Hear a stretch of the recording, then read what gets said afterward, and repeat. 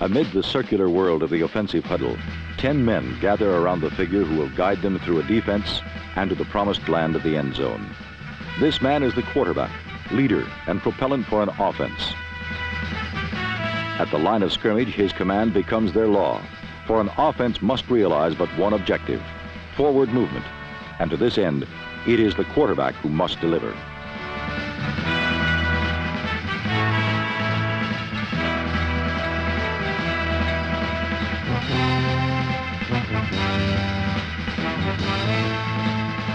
Probing sudden strikes can dent, then seriously damage a defense. For these sprays tighten coverages and enable a quarterback to shatter a secondary deep.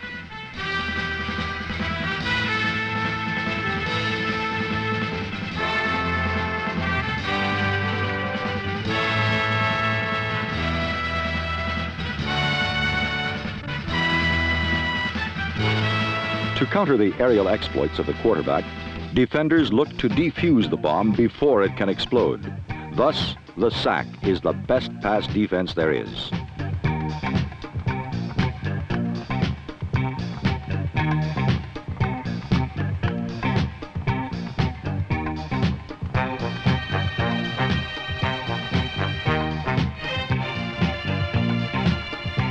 Facing the rush, a quarterback can either lose his head or else hope to slip the clutches of the rush long enough to air home a completion.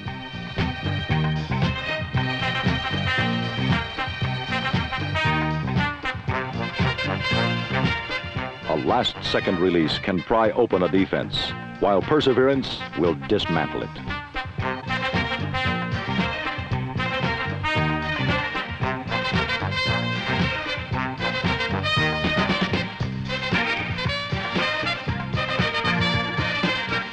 One quarterback who thrives despite a hard frontal assault is Oakland's Kenny Stabler.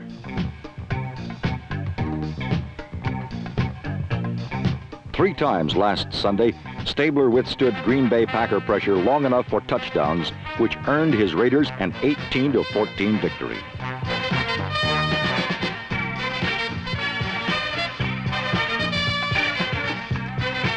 Utilizing the talents of receivers like Cliff Branch, number 21, Dave Casper, and Fred Biletnikoff, Stabler has carved his mark on secondaries throughout the league. However, unlike Kenny Stabler, who leads an offense with a cool and calculating precision of a veteran, Seattle's rookie signal caller, Jim Zorn, directs the expansion Seahawks with little more than a wing and a prayer.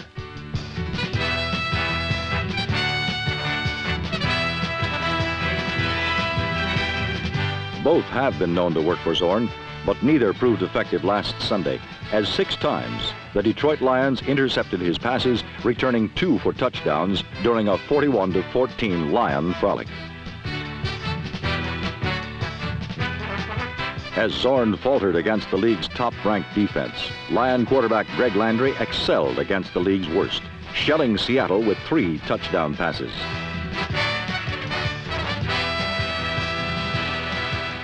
But while Greg Landry was handling all the Lions' passing, San Diego's quarterback Dan Fouts was sharing his throwing chores with his friends.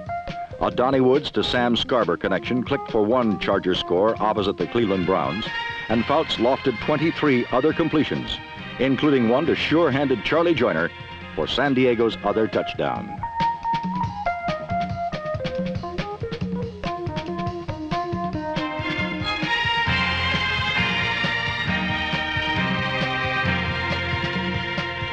Though Fouts rallied the Chargers to a 4th quarter lead, the Browns overcame them with a surprisingly polished performer of their own in Brian Sipe, who smartly directed Cleveland through the Chargers and to their 4th victory of the season.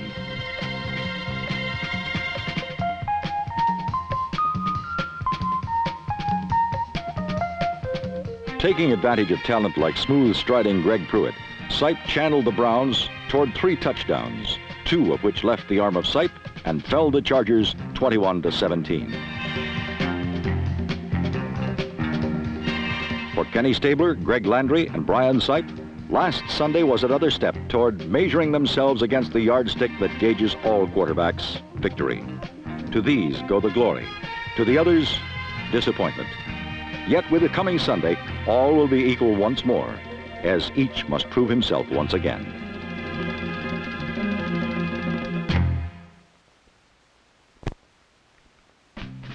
One reason for the San Francisco 49ers' dramatic rise to the top of the NFC's Western Division has been the play calling of quarterback Jim Plunkett. But last Sunday, the Atlanta Falcons charged into the 49ers' backfield so fast, one might have suspected that the Falcons knew what Plunkett was saying in the huddle.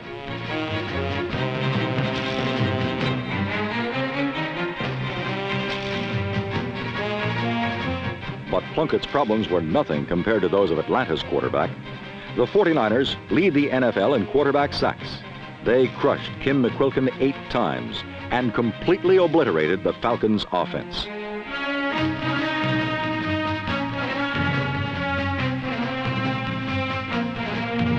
The Falcons were so helpless in this game that they gained an average of just 1 yard per play.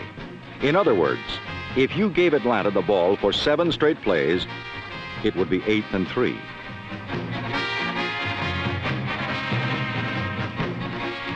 I hope the 49er defense doesn't line up on the runway at the airport in front of our plane. We'll never get home, said McQuilkin.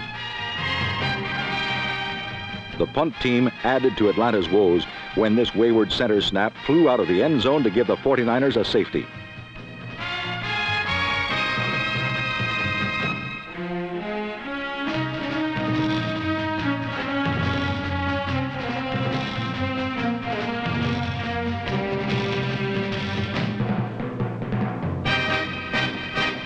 For the 3rd straight week, the San Francisco defense refused to allow a touchdown. In this game, the 49ers defense made enough big plays to control the contest and eventually set up this touchdown plunge by Kermit Johnson.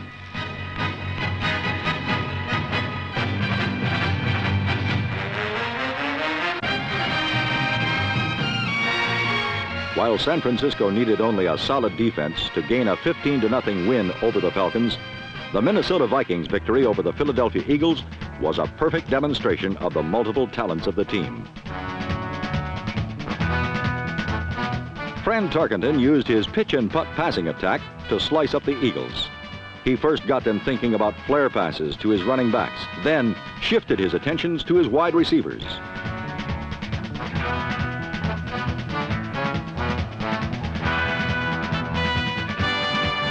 Number 28, Ahmad Rashad, collected 1 pass from Francis for a touchdown. Then Sammy White, number 85, pulled in another for a 35-yard scoring strike.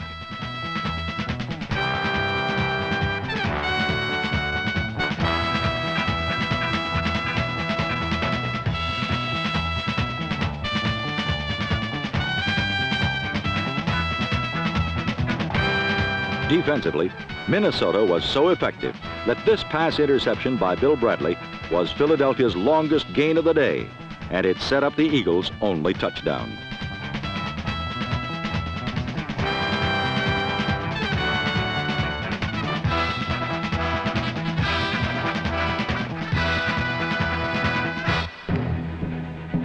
Chuck Foreman, the NFL's leading scorer, went through Philadelphia like the Metroliner, rushing for 200 yards.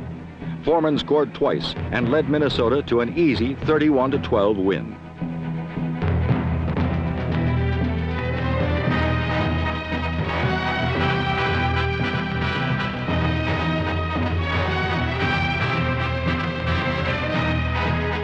After the game, Viking coach Bud Grant said that watching Foreman on the football field was like watching a grown man play with children. Said Grant, "I've never seen a more talented player." Well, Baltimore coach Ted Marchibroda has.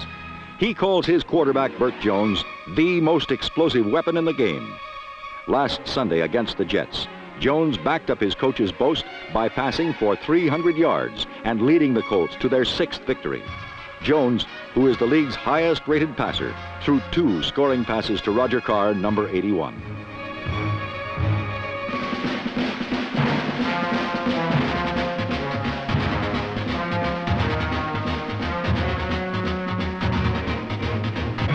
"We didn't play that well," said Burt.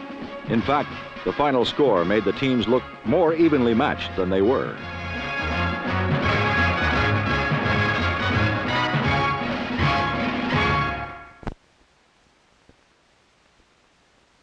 Last Sunday in New Orleans, the Saints gave Rams starting quarterback Ron Jaworski a thorough going-over.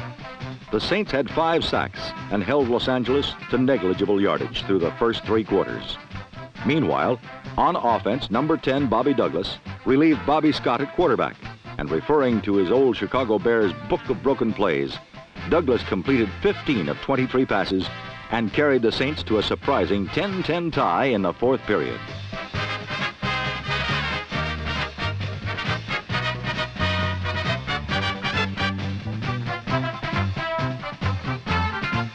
Number 34, Tony Galbraith, scored the only touchdown for the Saints, partly because New Orleans passers were besieged with 9 sacks, sometimes aided by their own blockers.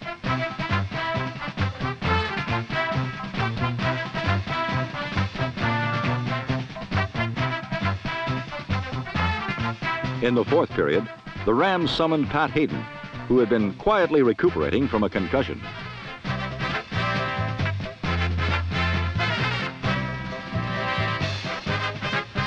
Ron Jesse's catch was one of only 2 completions for Hayden. The others sailed 40 yards to wide-open Harold Jackson, and the Rams were able to remain just 1 half game behind San Francisco at the season's halfway point.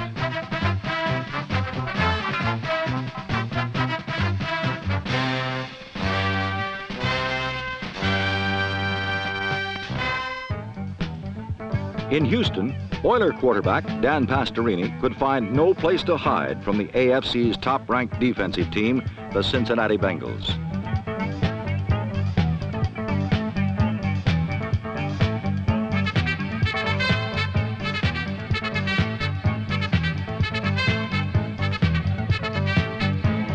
Pastorini was grounded 6 times by the hard-charging Bengal Lancers, and he was also forced into 3 interceptions, one of which tilted things Cincinnati's way in the opening minutes of the game.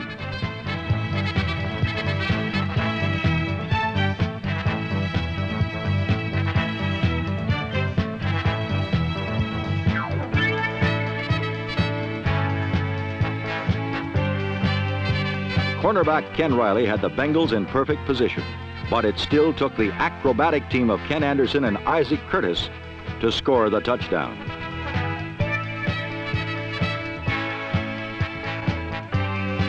When Anderson left with a bruised hand, number 11, John Reeves, scored with his first pass of the day, a beautifully executed screen to tight end Bruce Coslett, number 88.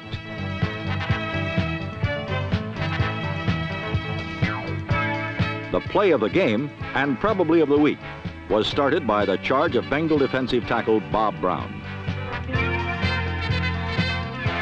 Defensive end Coy Bacon, who had 3 sacks himself, rumbled downfield until he finally heard the cries of rookie safety Melvin Morgan, number 21.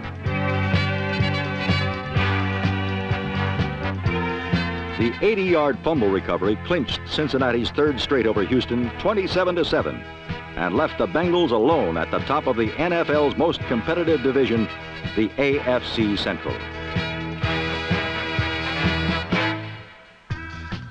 Number 80 is Denver's wide receiver kick returner Rick Upchurch. Last week, Kansas City coach Paul Wiggins said of Upchurch, "There is a point where respect evolves into almost fear. And with Upchurch, we got to that point."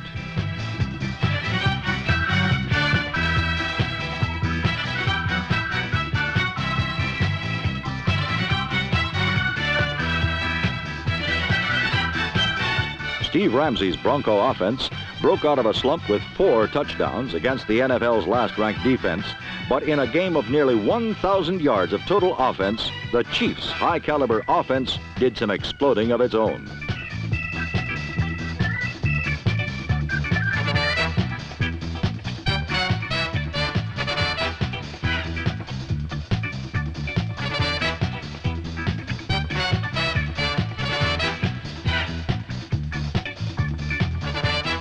Despite a point-a-minute shootout, there was just one player who stole the show.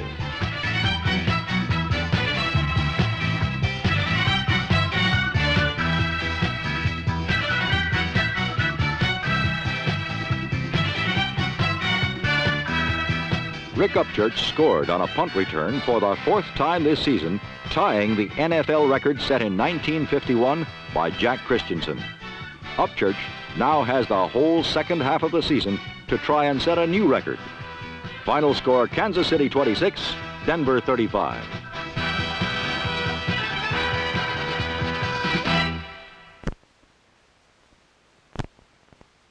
At Giant Stadium, rookie Steeler quarterback Mike Kruczek overcame the disguises and change-ups in New York's pass coverages by outrunning his inexperience.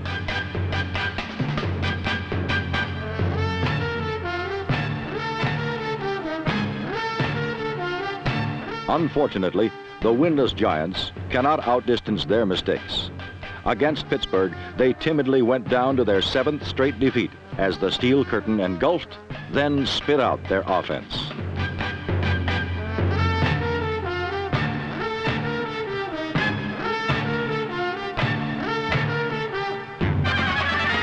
Totally enfeebled, the Giants were shut out, a humiliation that cost quarterback Craig Morton his health and third-year head coach Bill Arnsparger his job. The resurgent Steelers were not awesome, just surgical and precise in the manner they carved up a New York defense that has been decimated by injuries.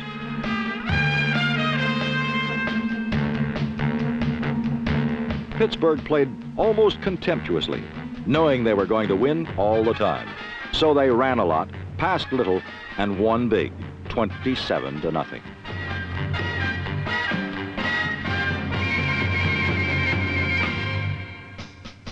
At Orchard Park, the Bills and Patriots needed a fresh supply of sure grip as 11 fumbles turned both offenses sour. When there was continuity, quarterback Steve Grogan's rollout offense mystified the undermanned Bills.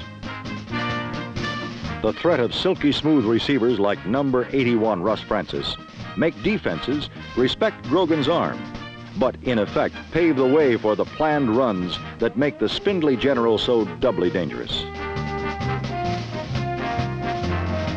In this disaster of a season for Buffalo, the headlines and statistics still belong to O.J. Simpson, whose victories over defenses are empty and Pyrrhic and muddied by a river of Buffalo defeats.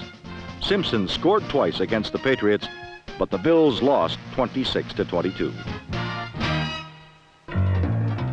One runner whose fortunes were not on the wane was wondrous Walter Payton of the Bears.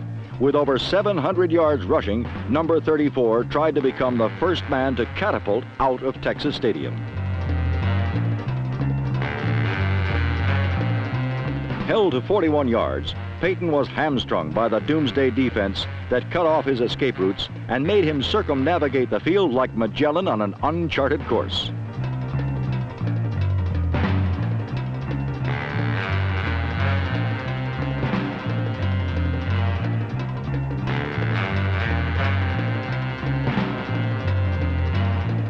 Without Walter to worry about, Dallas looked around for a stationary target and drove a quiver full of hits into quarterback Bob Avellini, number 7.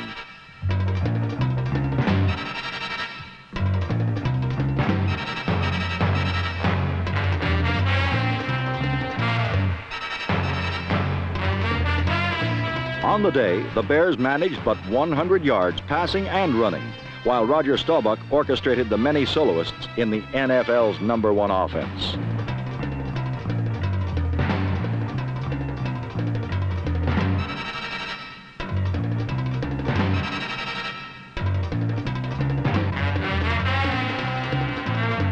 While Staubach rarely offers up his body to defenses anymore, he is still a high-risk quarterback, someone who will trade a bruise for a touchdown.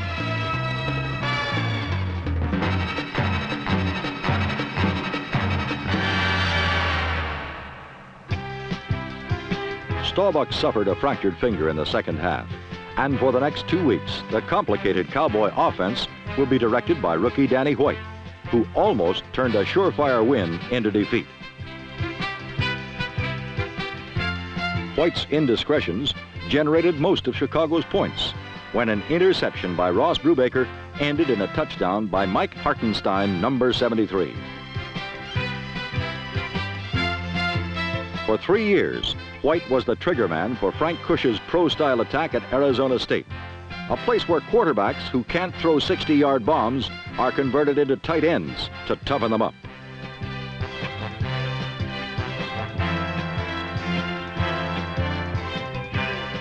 Luckily for White, he is surrounded by a talented corps of specialists like Preston Pearson, number 26, who know their way around a pass pattern and are invaluable in the clutch.